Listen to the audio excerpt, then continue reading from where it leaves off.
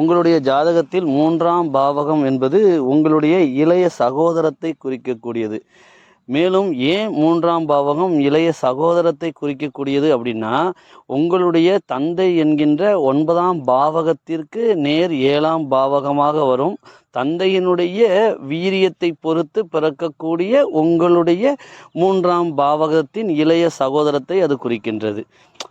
ஏன் எதற்கு அப்படின்னு கேள்வி கேட்கும்போது தான் நமக்கான விடையானது இந்த பிரபஞ்சம் கொடுக்கும். சரிங்களா? அப்போ உங்களுடைய 3ஆம் பாவகம் இளைய சகோதரத்தை குறிக்கக்கூடியது. 4ஆம் பாவகம் என்பது உங்களுடைய தாயினை குறிக்கக்கூடியது.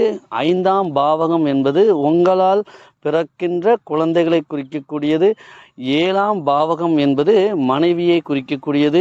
8ஆம் பாவகம் என்பது ஒரு மனிதன் இந்த பூமியில், அதாவது நீங்கள் இந்த பூமியில் வாழக்கூடிய ஆயுளை குறிக்கக்கூடியது 8ஆம் பாவகம். 9ஆம் பாவகம் நம் ஏற்கனவே சொன்னது போல் தந்தையை குறிக்கக்கூடியது. பாக்கியம் அப்படிங்கிற தந்தையை குறிக்கக்கூடியது. 6 என்பது நிரந்தரமற்ற இந்த உடலில் ஏற்படுகின்ற நோயினை குறிக்கக்கூடியது 6ஆம் பாவகம். 11ஆம் பாவகம் என்பது இந்த 6ஆம் பாவகத்திற்கு 6ஆக வருவதால் இந்த நிரந்தரமற்ற இதே மனித உடலில் அந்த நோய்க்கு எதிரான எதிர்ப்பினை சொல்லக்கூடிய அந்த மனித உடலின் ஆரோக்கியத்தை குறிப்பிடுவது 11ஆம் பாவகம். இங்கே சொல்லப்பட்ட உறவுகளை தாண்டி மற்ற அனைத்து உறவுகளையும் அவர்கள் 2ஆம் பாவகத்தில் அடைத்தார்கள். 2ஆம் பாவகத்தில் ஏன் அடைத்தார்கள் அப்படின்னா,